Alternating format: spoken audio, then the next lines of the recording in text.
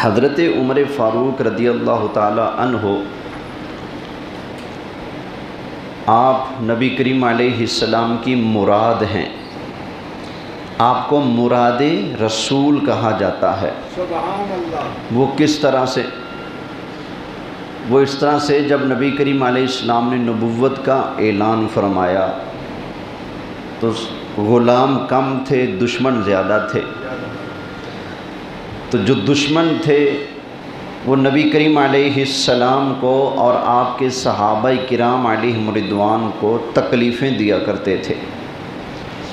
کرتے کرتے 3 سال کا عرصہ ہونے والا تھا۔ تو نبی کریم علیہ السلام نے ایک دن اللہ کی بارگاہ میں دعا مانگی۔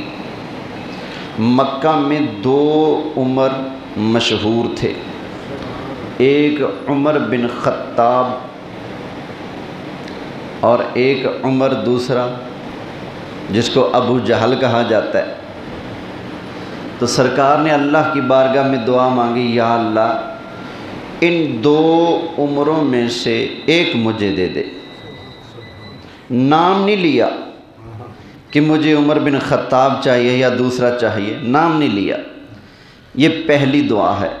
پھر سرکار نے دوسری دعا مانگی، اللہم اعز الاسلام بعمر بن الخطاب خاصہ، یا اللہ خاص عمر بن خطاب کے ذریعے اسلام کی مدد فرما۔ سبحان اللہ، سبحان اللہ۔ اچھا، مدد کس کی کرنی ہے؟ اسلام کی۔ ذرا سوچنے کی بات ہے، مدد کس کی کرنی ہے؟ نبی پاک مدد مانگ کس سے رہے ہیں؟ اللہ سے۔ ڈائریکٹ مانگ رہے ہیں یا کوئی وسیلہ بیچ میں ڈال دیا؟ مانگا تو ڈائریکٹ، لیکن اس کی مدد مانگی حضرت عمر کے وسیلے سے۔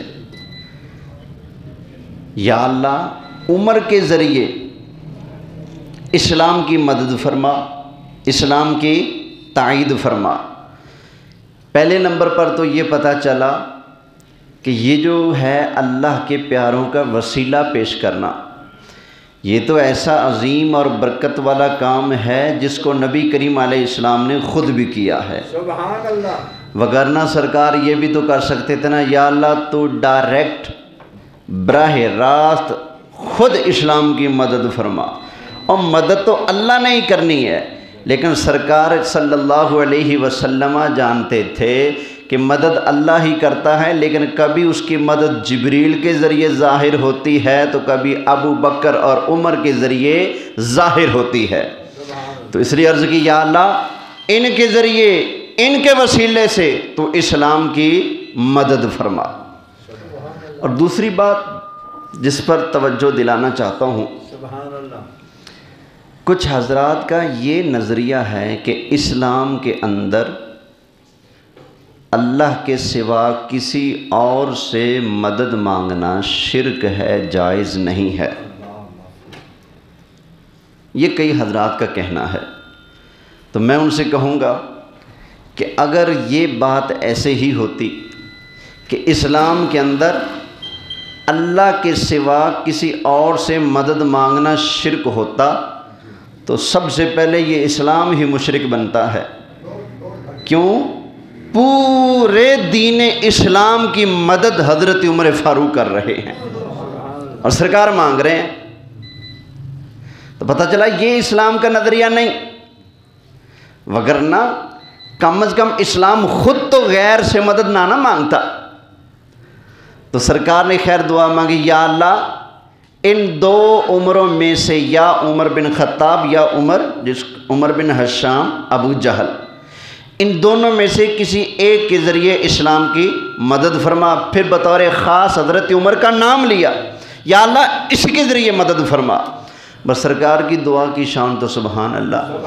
ہمارے سنیوں کے شہنشاہ اعلیٰ حضرت امام اہل سنت ارشاد فرماتے ہیں، اجابت کا صحرا عنایت کا جوڑا، دلہن بن کے نکلی دعائے محمد، اجابت نے جھک کر گلے سے لگایا بڑی ناز سے جب دعائے محمد، خدا کی رضا چاہتے ہیں دو عالم، خدا چاہتا ہے رضائے محمد۔ سبحان اللہ کہہ لیں جی۔ اچھا خیر، ادھر حضور نے دعا مانگی، ادھر کافر میٹنگ کر رہے ہیں۔ ابو جہل کہتے ہیں بھئی اتنے مسلمان ہو چکے ہیں، 39 ہو چکے ہیں، تو اب 40 نہیں ہونے چاہیے، کچھ کیا جائے، کیا کریں جی؟ اس نے کہا میں یہ چاہتا ہوں کہ کوئی اٹھے اور جا کر معاذ اللہ رسول اللہ صلی اللہ علیہ وسلم کو شہید کر دے، قتل کر دے۔ تو کون ہے جو یہ کام کرے گا؟ تو عمر کھڑے ہوئے، ابھی حضرت نہیں بنے تھے نا، کھڑے ہوئے، کہنے لگے میں یہ کام کروں گا۔ ابو جہل کہنے لگا ہاں بھتیجے، مجھے تجھ سے امید تھی کہ تو یہ کام کرے گا۔ تلوار لی، چل پڑے۔ راستے میں حضرت عمر فاروق رضی اللہ تعالی عنہ کی ملاقات ہوئی حضور کے ایک غلام سے جن کا نام ہے حضرت نعیم نحام۔ نعیم نحام، تو اچھا نعیم ان کا نام ہے، نحام ان کے نام کے ساتھ لگ گیا ہے، اس کی ایک وجہ ہے۔ وجہ کیا ہے؟ نحام کا مطلب ہے کھانسنے والا، کھانسی کرنے والا۔ کھانسی کس کو نہیں آتی؟ ہر ایک کو آتی ہے، لیکن ہم میں سے کسی کا نام نہیں ہے کھانسی والا، لیکن ان کا نام پڑ گیا کھانسی والا۔ کیوں؟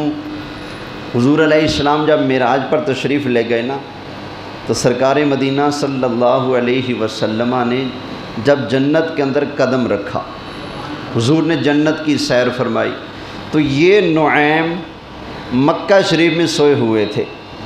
اللہ کی شان، اللہ نے حضور کو بڑا درجہ مرتبہ عطا فرمایا نا، بڑی پاوریں عطا فرمائی ہیں۔ تو یہ نعیم سوئے سوئے انہوں نے کروٹ بدلی اور کھانسی آئی، تو ان کی کھانسی کی آواز نبی کریم علیہ السلام نے جنت کے اندر سن لی، وہاں سن لی۔ تو سرکار جب واپس تشریف لائے نا، فرمایا نعیم، اور رات تم نے جو کھانسی کی تھی نا سوتے سوتے، تو میں نے 7 آسمانوں سے پار جنت کے اندر جا کر تمہاری کھانسی کی آواز کو سن لیا تھا۔ تو ہم اس لیے کہتے ہیں بھائی ہمارے گلے نہ پڑا کرو، جو ہمیں کہتے ہیں کہ بھائی تم درود و سلام پڑھتے ہو، بھلا سرکار سنتے ہیں۔ اللہ کے بندو، جو اللہ تعالیٰ اربوں کھربوں میلوں دور سے کھانسی کی آواز اپنے محبوب کو سنا سکتا ہے، وہ ہمارا درود و سلام بھی اپنے محبوب کو سنا سکتا ہے۔ دور و نزدیک کے سننے والے وہ کان، دور و نزدیک کے سننے والے وہ کان، کان لالے کرامت پہ لاکھوں سلام، مصطفیٰ جانے پہ لاکھوں سلام، شمع بز میں ہدایت پہ لاکھوں سلام۔ اچھا یہ صحابی ملے، ان کی حضرت عمر سے دوستی بھی تھی۔ پوچھا عمر تلوار لے کے کہاں جا رہے ہو؟ تو کہنے لگے کہ میں معاذ اللہ استغفر اللہ نبی کریم علیہ السلام کو قتل کرنے جا رہا ہوں۔ پوچھا بھئی کیوں؟ کہا کہ وہ کہتے ہیں کہ صرف اللہ معبود ہے، بت جھوٹے ہیں۔ تو انہوں نے کہا اچھا اگر یہ جرم ہے تو پہلے گھر کی خبر لو نا، تمہاری بہن اور تمہارے بہنوئی دونوں حضور کا کلمہ پڑھ کر مسلمان ہو چکے ہیں، پہلے ادھر جاؤ اپنے گھر والوں کو سنبھالو۔ راستہ بدل لیا، سیدھے اپنی بہن کے گھر گئے، قرآن پاک لے کے آؤ۔ بہن کے گھر پہنچے، دروازہ بجایا تو سرکار کے ایک صحابی حضرت خباب، ان کو قرآن کریم پڑھانے آیا کرتے تھے، جب سنا نا کہ باہر عمر آئے ہیں تو جلدی سے چھپ گئے۔ تو بہن نے دروازہ کھولا، جیسے دروازہ کھولا حضرت عمر نے کہا سنا تم بد دین ہو چکے ہو، تم نے اپنا دین چینج کر لیا ہے، تو انہوں نے کہا عمر بددین ہوئے نہیں، بددینی چھوڑی ہے، ہم ایک اللہ والے بنے ہیں، ہم نے بتوں کا کھیڑا چھوڑ دیا ہے۔ بس یہ سننا تھا، حضرت عمر نے اپنی بہن کو مارنا شروع کر دیا، مارتے رہے مارتے رہے مارتے رہے، جب تھک گئے نا، بہنوئی کو بھی بڑا مارا، تھک ہار کر بیٹھ گئے اور کہنے لگے کہ یہ نہ سمجھنا کہ چھوڑ دیا ہے، سانس لے لوں دوبارہ پھر ماروں گا۔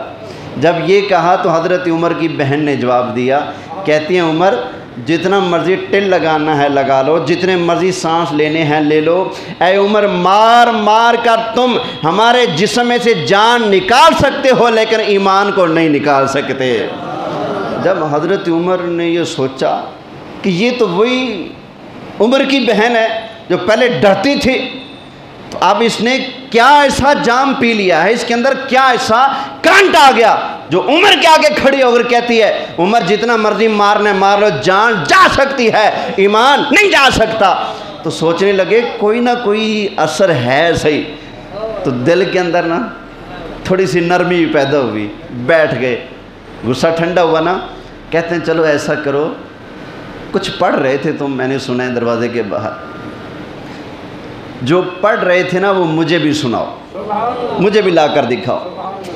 حضرت عمر رضی اللہ تعالی عنہ کی بہن نے پھر جواب دیا، کہتی ہیں عمر تم ابھی بھی مسلمان نہیں ہو، ابھی کافر ہو، تمہارا جسم پاک نہیں ہے، پہلے غسل کرو، وضو کرو، سارا کچھ کرایا۔ اب قرآن حکیم کے چند صفحے جس چیز پر بھی وہ لکھا ہوا تھا وہ ان کے سامنے رکھ دیا، تو وہ سورہ طٰہٰ کی ابتدائی آیتیں تھیں، حضرت عمر نے پڑھا، تو میں بھی برکت کے لیے وہ پڑھ دیتا ہوں، محبت سے سبحان اللہ کہہ لیجیے۔ بسم اللہ الرحمن الرحیم۔ اللہ تعالیٰ نے ارشاد فرمایا طٰہٰ ما انزلنا علیک القرآن لتشقیٰ الا تذکرۃ لمن یخشیٰ تنزیلا ممن خلق الارض والسماوات العلی الرحمن علی العرش استوى لہ ما فی السماوات وما فی الارض وما بینہما وما تحت الثری۔ حضرت عمر فاروق رضی اللہ تعالی عنہ نے جب اللہ کا کلام پڑھا، وہ اللہ کا کلام جس کے بارے میں اللہ تعالیٰ نے خود ارشاد فرمایا لو انزلنا ھذا القرآن علی جبل لرأیتہ خاشعا متصدعا من خشیۃ اللہ۔ فرمایا یہ قرآن اس قدر شان اور عظمت کا حامل ہے، اگر یہ قرآن ہم کسی پتھر اور پہاڑ کے اوپر نازل فرما دیتے، اللہ فرماتے اس کلام کی شان اور عظمت کی وجہ سے پہاڑ اپنی جگہ پر سلامت نہ رہتا، ٹکڑے ٹکڑے ہو جاتا۔ ارے جو اللہ کا کلام پہاڑوں کو ریزہ ریزہ کر دے، وہ اللہ کا کلام جب حضرت عمر فاروق نے پڑھا پھٹ دل نرم ہو گیا، کہنے لگے یہ کلام تو بڑی شان والا کلام معلوم ہوتا ہے، مجھے اس طرح سے کرو، نبی کریم علیہ السلام کی بارگاہ میں لے چلو۔ مکہ شریف کے اندر ایک گھر تھا جس کا نام ہے دار ارقم، نبی کریم علیہ السلام اپنے صحابہ کے ساتھ وہاں پر تشریف فرما ہے۔ ابھی 3 دن پہلے نبی کریم علیہ السلام کے چچا جان حضرت امیر حمزہ نے اسلام قبول کیا تھا، حضرت امیر حمزہ دروازے پر تشریف فرما ہے۔ صحابہ نے کہا یا رسول اللہ عمر آ رہے ہیں، ہاتھ کے اندر تلوار ہے، معلوم ہوتا ہے ارادے بڑے خطرناک ہیں۔ نبی کریم علیہ السلام نے فرمایا میرے صحابہ فکر نہ کرو، میں جانتا ہوں عمر کس لیے آیا ہے۔ اور سرکار کے چچا حضرت امیر حمزہ نے کہا یا رسول اللہ اگر عمر خیر کے ارادے سے آئے ہیں تو فابیہا، اگر شر کے ارادے سے آئے ہیں تو یا رسول اللہ میں وعدہ کرتا ہوں عمر کی تلوار سے عمر کا سر کچل کے رکھ دوں گا۔ خیر حضرت عمر دروازے پر آئے، دروازہ بجایا، دروازہ کھولا گیا، سامنے نبی کریم علیہ السلام جلوہ فرما ہے۔ وہ عمر جو قتل کے ارادے سے نکلے تھے، نبی کریم علیہ السلام نے فرمایا عمر بتاؤ کس لیے آئے ہو؟ عرض کہ یا رسول اللہ آپ کا کلمہ پڑھ کر مسلمان ہونے کے لیے آیا ہوں۔ آقا میں مسلمان ہونے کے لیے بولو آیا ہوں۔ تو سبحان اللہ، صحابہ کرام کے اندر اتنا جوش، اتنا جذبہ۔ حدیث شریف کے اندر آتا ہے جب حضرت عمر رضی اللہ تعالیٰ عنہ مسلمان ہوئے تو صحابہ کرام نے خوشی کے اندر نعرہ تکبیر لگایا۔ کون سا نعرہ لگایا؟ نعرہ تکبیر۔ بابا بشیر لگاؤ نا در۔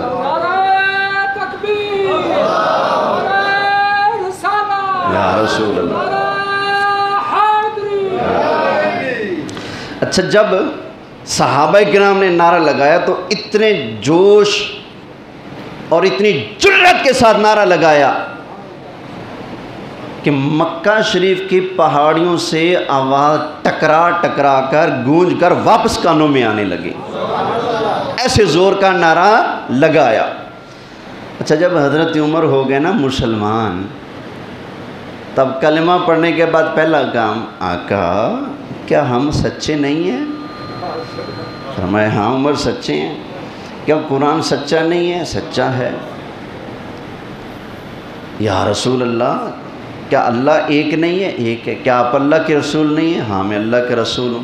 یا رسول اللہ جب اللہ سچا، آپ سچے، قرآن سچا، ہمارا دین سچا، تو آج کے بعد پھر ہم چھپ کر اللہ کا نام نہیں لیں گے، ہم گج وج کے دشمن کی آنکھ میں آنکھ ڈال کر اللہ کا نام لیں گے۔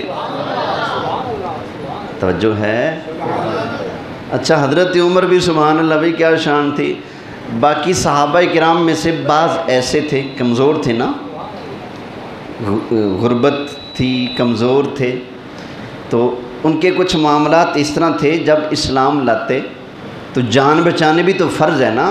اللہ نے گنجائش دی ہے جب جان کا خطرہ ہو تو بے شک اپنی ایمان کو چھپا لو۔ تو جب وہ ایمان لاتے تو کوشش کرتے تھے کسی کو پتہ نہ چلے، لیکن حضرت عمر سبحان اللہ، حضرت عمر مسلمان ہوئے، اس کافر کے دروازے پہ جا رہے ہیں، دروازہ بجاتے ہیں، کون؟ عمر، خیر سے آئے؟ اوے تجھے بتانے کے لیے آیا ہوں جو کچھ کرنا ہے کر لے، عمر مسلمان ہو گیا ہے۔ اب ابو جہل کے پاس جا رہے ہیں، دروازہ بجایا، ابو جہل پوچھتا ہے کون؟ کہا عمر آیا ہوں۔ کس لیے آئے ہو؟ اوے بتانے آیا ہوں عمر غلام مصطفیٰ بن چکا ہے، اب تو نے روکنا ہے تو روک لے آ کر۔ حضرت عمر نے ایک ایک کافر کے دروازے پر جا کر اپنے ایمان اور اپنے اسلام کا اعلان فرمایا تھا۔ عمر کی جرت پہ جاؤں قربان ہیں، عمر کی جرت پہ جاؤں قربان ہے، آج کفر بھی ان سے لرزا، عمر کے آنے سے کفر پر جو زوال آیا کمال آیا۔ اور خواجہ پیر نصیر الدین نصیر رحمۃ اللہ تعالیٰ علیہ ارشاد فرماتے ہیں، نام آتے ہی بو بکر عمر کا لب پر، نام آتے ہی بو بکر عمر کا لب پر، تو بگڑتا ہے وہ پہلو میں سلائے ہوئے ہیں۔ تو خیر حضرت عمر رضی اللہ تعالیٰ عنہ جب مسلمان ہو گئے تو اس کے بعد سرکار مدینہ صلی اللہ علیہ وآلہ وسلم کے مقدس صحابہ نے علل اعلان کعبۃ اللہ شریف میں آ کر نماز پڑھنا شروع کر دی تھے۔ اب جب حضرت عمر آگے پیچھے ہوتے تو پھر تو کسی کافر کو موقع مل جاتا کبھی کبھی، لیکن حضرت عمر رضی اللہ تعالیٰ عنہ کے ہوتے ہوئے کسی کو شرارت کرنے کی جرت ہے بولیے نہیں ہوتی تھی۔ حضرت عمر کی شان بھی سبحان اللہ۔ نبی کریم علیہ السلام ارشاد فرماتے ہیں کہ اللہ نے عمر کی زبان پر حق کو جاری فرما دیا ہے، ان کی زبان سے سوائے حق کے کچھ نہیں نکلتا۔ فرمایا اللہ نے ان کی زبان پر حق کو جاری فرما دیا ہے۔ اور ایک حدیث شریف میں ہے اللہ کے محبوب صلی اللہ علیہ وآلہ وسلم نے ارشاد فرمایا، ان الشیطان یفر من ذل عمر، فرمایا میرے صحابہ سنو، میرا عمر تو عمر ہے نا، فرمایا میرے عمر کے سائے کو بھی دیکھ کر شیطان دوڑ جاتا ہے۔ اچھا، اس کا مطلب ہے شیطان کی چڑ ہیں حضرت عمر۔ کس کی چڑ ہیں؟ بولو صحیح، شیطانوں کی چڑ ہیں حضرت عمر۔ اچھا، یہ ایک اینکر تھا پاکستان میں، ڈاکٹر عامر لیاقت، ان کے رمضان شریف میں پروگرام آتے تھے عالم کے بول، تو چند ایک پروگرام میں نے بھی سنے تھے۔ تو ایک یکم محرم کو غالباً پروگرام تھا، تو اس میں ایک شیعہ ذاکر ہے میر جعفر، مر گیا ہے، وہ بھی بیٹھا ہوا تھا، اور ہمارے سنی علماء بھی بیٹھے ہوئے تھے۔ حضرت عمر رضی اللہ تعالیٰ عنہ کا جب ذکر آیا تو ظاہری بات ہے، ضد ہے نا، چڑ ہے نا حضرت عمر کسی کی، نام لیا جائے تو شکل بگڑتی ہے، چہرہ بگڑتا ہے۔ اب وہ پی پاں بس ایسے ویسے کرنے لگا، تو مفتی عابد صاحب نے پوچھا یہ بتاؤ آپ کے ہاں حضرت عمر کا ادب کرنا ضروری ہے کہ نہیں؟ ہم صحابہ کا ادب کرتے نہیں، حضرت عمر کا بتاؤ، ان کی توہین کرنا حرام اور ان کی تعظیم کرنا تمہارے نزدیک ضروری ہے کہ نہیں؟ اب آئی جان شکنجے اندر، اپنی مجلس میں جا کر شور ڈالنا تو اور ہے، اب تو ساری دنیا دیکھے گی چہرہ، یا تو منافقت کرنی پڑے گی یا پھر اصلی چہرہ سامنے آ جائے گا۔ بتاؤ حضرت عمر کی تعظیم تمہارے نزدیک واجب اور ان کی توہین کرنا تمہارے نزدیک حرام ہے یا نہیں ہے؟ اب اس کو جرت نہ ہوئی کہ اس چھوٹے سے سوال کا جواب ہی دے سکے، اٹھا اور کہتے جی میں جا رہا ہوں۔ تو میں نے جب یہ منظر دیکھا تو مجھے حدیث یاد آ گئی، واہ کملی والے آقا، ہم مشاہدہ 14 صدیوں کے بعد دیکھ رہے ہیں، آپ نے 1400 سال پہلے فرما دیا تھا، فرمایا میرے عمر کی شان ہے ان الشیطان یفر من ذل عمر، فرمایا میرے عمر کے سائے سے بھی شیطان دوڑ جاتا ہے۔ وہ جو اپنی مجلسوں میں گلا پھاڑ پھاڑ پہ یہ کہتا تھا کہ عمر صحیح نہیں ہے، عمر نے سرکار کے خاندان پر ظلم کیا، ابو بکر نے یہ کیا، عمر فاروق نے یہ کیا، جو ان کے بارے میں کہانیاں سنا سنا کر جھوٹ بولتے نہیں تھکتا تھا، آج اب سنیوں کے سامنے بیٹھا، بس حضرت عمر کے نام آنے کی دیر تھی، پتا تھا جھوٹ بولوں گا تو چلے گا نہیں۔ اب کیا کرو؟ عافیت کس چیز میں ہے؟ بھاگنے میں ہے نا۔ اب وہ بھاگ گیا۔ اب جب وہ بعد میں پھر ایک مجلس پڑھنے کے لیے وہ بیٹھا، اس کی ویڈیو بھی نیٹ پر موجود ہے، پوچھا گیا جناب جی آپ ٹی وی چینل سے اٹھ کر کیوں آ گئے؟ ٹی وی چینل پر جب آپ سے سوال ہوا کہ آپ کہو یا بتاؤ کہ حضرت عمر کی تعظیم ضروری اور ان کی توہین حرام ہے، کیا یہ کہتے ہو؟ اٹھ کر کیوں آ گئے؟ کہتے ہیں ہمارے مذہب میں تبرہ فرض ہے۔ تبرہ لان تان، کیا کہتے ہیں؟ ہمارے مذہب میں تبرہ فرض ہے۔ کہتا ہے تبرہ کے لیے اتنا ہی کافی ہے آپ کے دشمن کا نام آئے اور آپ اٹھ کر چلے جاؤ۔ یہ بہت بڑی بات کی ہے اس نے، اگر آپ عقل استعمال کریں تو بتانا یہ چاہتا ہے کہ حضرت عمر کا نام آیا اور میں اٹھ کر چلا گیا، یہ میری طرف سے اعلان برات تھا کہ میرا اس سے کوئی تعلق نہیں ہے، معاذ اللہ۔ توجہ ہے؟ اب ہم دیکھتے ہیں ذرا پیچھے جا کر، یہ تو آج کا دور ہے نا جب حضرت عمر کو گالیاں بھی دی جا رہی ہیں، حضرت عمر کو تنقید کا نشانہ بنایا جا رہا ہے، اور دعویٰ یہ کیا جاتا ہے کہ ہم علی والے ہیں۔ ہم علی سے پوچھتے ہیں کہ تمہارا عمر سے کیا واسطہ ہے، کیا تعلق ہے؟ توجہ ہے؟ ذرا محبت سے سبحان اللہ کہہ لیں، سبحان اللہ۔ جب ہم پیچھے جاتے ہیں تو ہمیں عجیب بات نظر آتی ہے کہ حضرت عمر فاروق رضی اللہ تعالی عنہ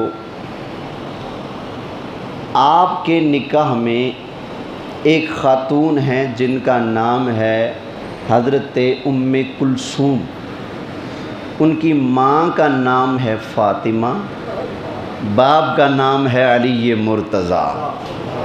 اب بتاؤ اگر وہ حضرت علی کے دشمن ہوتے، حضرت فاطمہ زہرا کے دشمن ہوتے، تو کوئی آج کا بندہ بھی اپنی غیرت کو سامنے رکھ کر بتائے کہ دشمن کو بیٹی دی جاتی ہے، بیٹی بھی وہ جو فاطمہ زہرا کی بیٹی ہو، اللہ کے محبوب کی نواسی ہو۔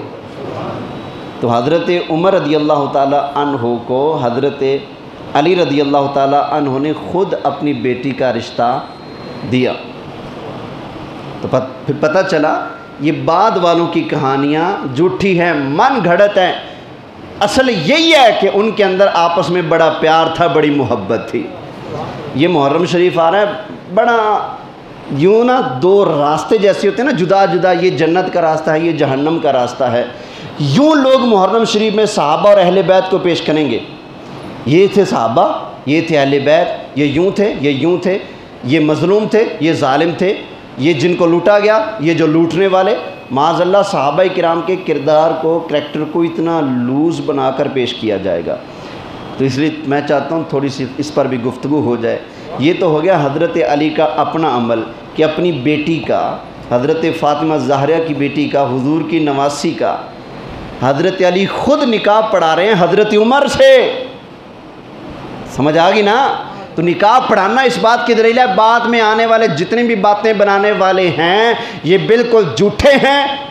اصل یہی ہے جو حضرت علی اور حضرت عمر نے آپس میں کیا تھا کہ ان کے اندر تو بڑی دوستی تھی۔ اور مولا مرتضیٰ مشکل کشا کرم اللہ تعالی وجہہ الکریم 2.25 سال حضرت ابوبکر صدیق کے پیچھے مسجد نبوی میں آ کر نماز پڑھتے رہے، 10 سال حضرت عمر کے پیچھے نمازیں پڑھتے رہے، 12 سال حضرت عثمان غنی رضی اللہ تعالیٰ عنہ کے پیچھے آ کر حضرت علی رضی اللہ تعالیٰ عنہ روزانہ نمازیں پڑھتے رہے ہیں۔ اب مجھے بتاؤ امام کے اندر چھوٹی سی خامی ہو تو میں نماز نہ پڑھوں، آپ نماز نہ پڑھیں، اگر بقول ان کے جو آج لوگ زبان میں چلا رہے ہیں اتنی خامیاں تھیں ان کے اندر، تو مولا علی مرتضیٰ جو کہ علم کے شہر کے دروازے ہیں، انہوں نے پھر ان کے پیچھے نمازیں کیوں پڑھی؟ یہ نمازیں پڑھنا بھی اس بات کی دلیل ہے۔ بعد میں آنے والے لوگ جھوٹیاں کہانیاں بناتے ہیں، اصل یہ ہے کہ ان کے اندر آپس میں بڑا پیار تھا، بڑی محبت تھی۔ اور ایک شاعر نے کیا خوب اس کی ترجمانی کی ہے، کہتا ہے ہیں کرنیں ایک ہی مشعل کی بو بکر عمر عثمان و علی، ہیں کرنیں ایک ہی مشعل کی بو بکر عمر عثمان و علی، ہم صحبت ہیں یاران نبی، کچھ فرق نہیں ان چاروں میں۔ فرق کا مطلب لڑائی، ان میں آپس میں کوئی لڑائی جھگڑا، ہم مسلک ہیں، ہم صحبت ہیں یاران نبی، کچھ فرق نہیں، کچھ جھگڑا نہیں ان، بولو سی، ان چاروں میں۔ جو کہتا ہے جھگڑا تھا جھوٹ بولتا ہے، وہ حضرت علی کے عمل کی بھی مخالفت کرتا ہے، اللہ کے قرآن کی بھی مخالفت کرتا ہے۔ قرآن سے بھی پوچھ لیتے ہیں مسئلہ یہ، جگہ جگہ اللہ نے اس چیز کو بیان فرمایا ہے۔ برکت کے لیے ایک دو آیتیں پڑھتا ہوں۔ اللہ تعالیٰ نے ارشاد فرمایا وَاذْكُرُوا نِعْمَةَ اللَّهِ عَلَيْكُمْ إِذْ كُنْتُمْ أَعْدَاءً فَأَلَّفَ بَيْنَ قُلُوبِكُمْ فَأَصْبَحْتُمْ بِنِعْمَتِهِ إِخْوَانًا۔ اللہ اپنا احسان گنوا رہا ہے، فرمایا میرے محبوب کے غلاموں یاد کرو نا، جب میرا محبوب نہیں آیا تھا تو تم آپس میں اعداءً، آپس میں دشمن تھے، لڑتے تھے، مرتے تھے، جھگڑتے تھے، لیکن اب دیکھو میرا محبوب آ گیا ہے تو فَأَصْبَحْتُمْ بِنِعْمَتِهِ إِخْوَانًا، اب اللہ کے فضل اور کرم سے تم آپس میں بھائی بھائی بن چکے ہو۔ یہ بھی قرآن ہے۔ اور 26واں پارہ اللہ ارشاد فرماتا ہے، اللہ تعالیٰ نے ارشاد فرمایا محمد الرسول اللہ، محمد صلی اللہ علیہ وسلم اللہ کے رسول ہیں۔ والذین معہ اشداء علی الکفار رحماء بینہم، فرمایا جو ان کے ساتھی ہیں نا وہ کافروں پر بڑے سخت ہیں اور آپس میں بڑے نرم ہیں۔ توجہ ہے، اور بھی آیتیں اس پر پڑھی جا سکتی ہیں، ادھر میں نہیں جاتا۔ ذرا محبت سے ایک مرتبہ سبحان اللہ کہہ لیں. خیر تو شاعر کہتا ہے کہ ہیں کرنیں ایک ہی مشعل کی، بو بکر عمر عثمان و علی. اچھا کرنیں کسے کہتے ہیں؟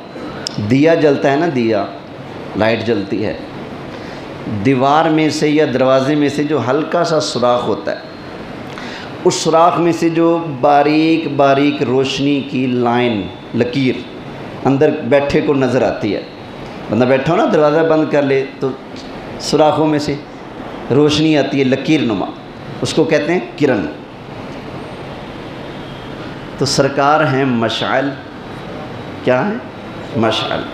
ہدایت کا نور ہیں سرکار ہیں.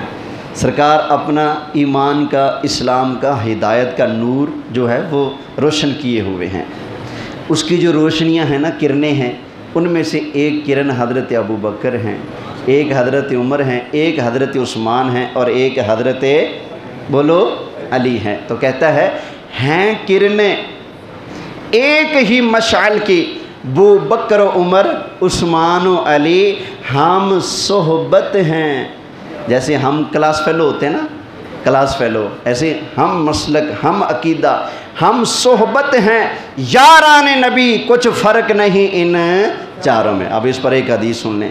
لوگ تو کہتے ہیں نہیں بڑا جھگڑا تھا تو بڑے مسئلے تھے، تو مولا علی مشکل کشا سے پوچھتے ہیں.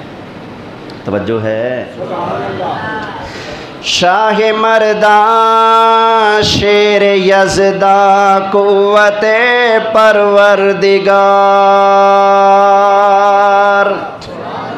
لا فتح الا علی لا سیف الا ذوالفقار.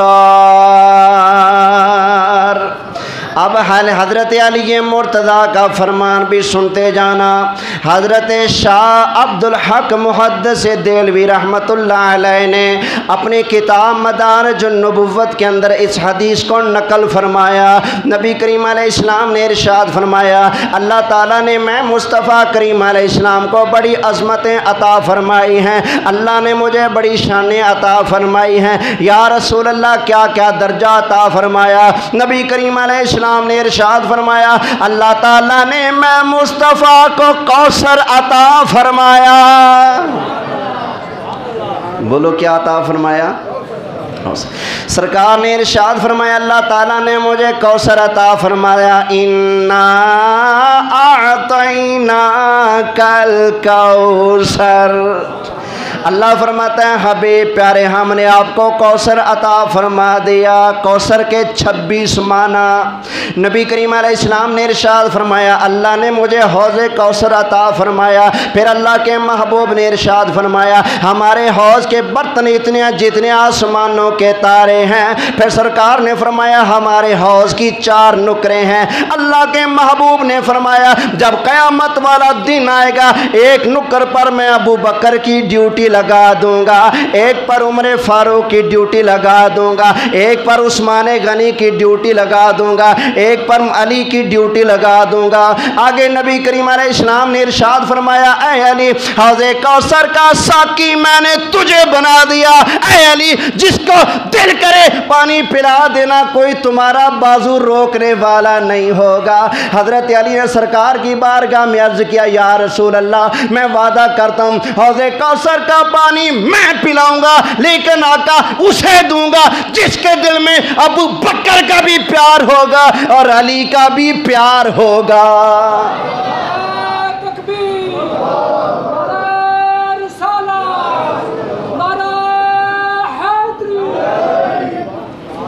اور ایک بات سوچو یار، باقی باتیں اب بعد میں. ایک اسلام کا نقشہ وہ ہے جو سنی پیش کرتا ہے، اور ایک اسلام کا نقشہ وہ ہے جس کا دین رونا دھونا صرف 10 دن ہوتا ہے، 1 محرم سے 10 تک وہ پیش کرتا ہے. ہمارے ہاں نقشہ کیا ہے؟ حضور نے بڑی محنت فرمائی، 1.25 لاکھ کم از کم صحابہ بنائے. حضور کا انتقال ہو گیا تو صحابہ کے اتفاق سے حضرت ابو بکر خلیفہ بنے.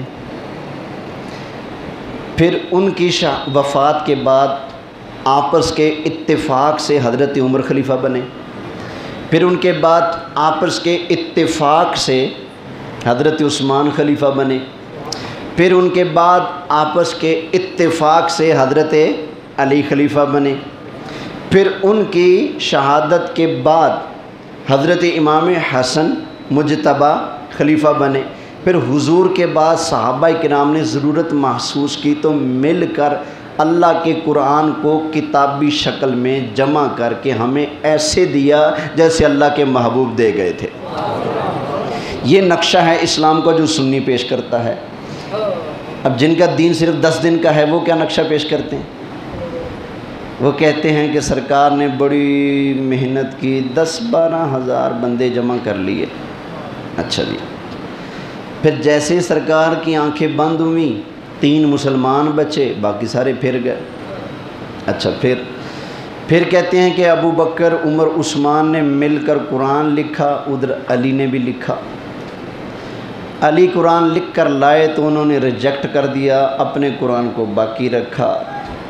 پھر کہتے ہیں جی یہ جو بناوٹی معاذ اللہ ہے، استغفر اللہ، ان کی بولی میں یہ رائج ہو گیا، جو اصل قرآن تھا وہ علی نے کہا اچھا تم نے میرے قرآن کو نہیں نہ تسلیم کیا، اب قیامت تک کے لیے اس کے لیے ترس ہو گئے۔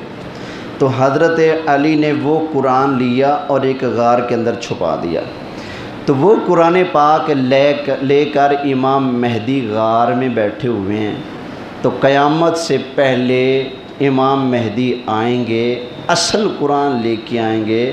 جب تک وہ نہیں آتے اصل قرآن دنیا والوں کے پاس نہیں۔ یہ بولی وہ پیش کی جاتی ہے۔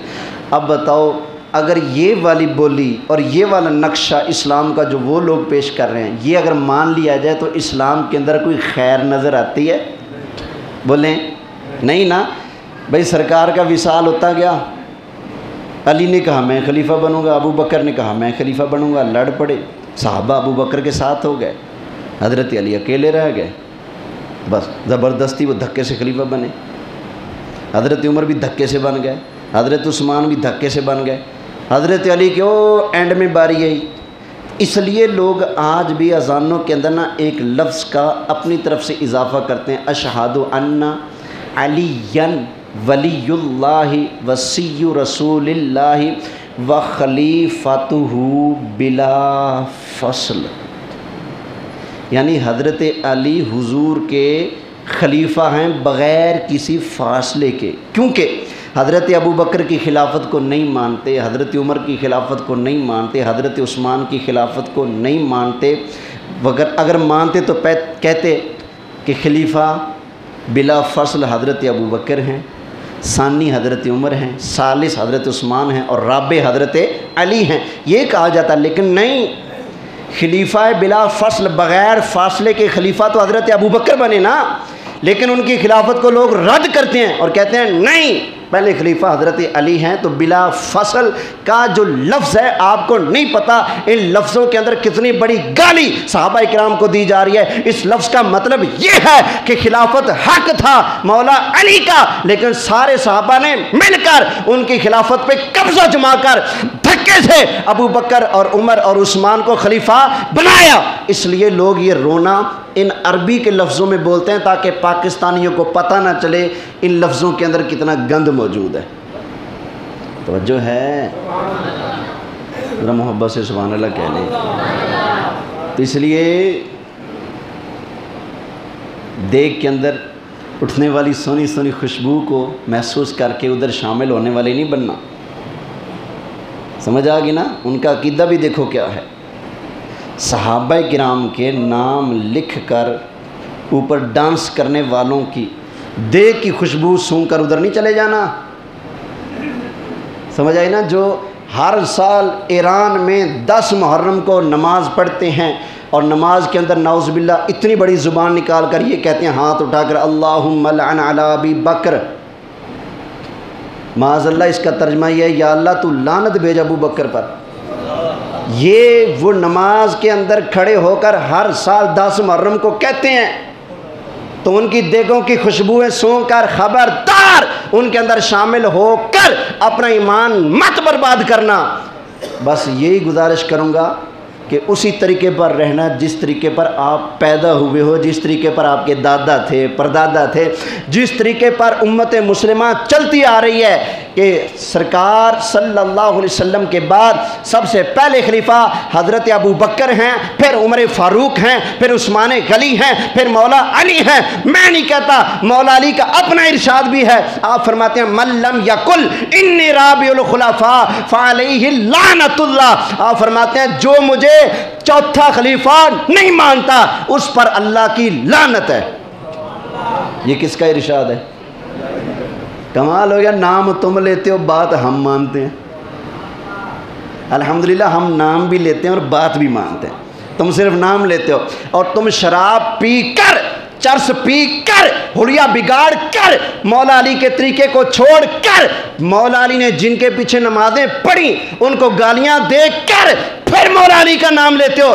ہم مولا علی کو سلام کر کے، وضو کر کے، غسل کر کے، خوشبو لگا کے، منبر پر بیٹھ کر بڑے ادب سے ابو بکر کو، عمر کو، عثمان کو سلام کر کے پھر کہتے ہیں واہ علی تیری شان کو سلام، تیرے اماموں کو بھی شان کو سلام ہو۔ توجہ ہے؟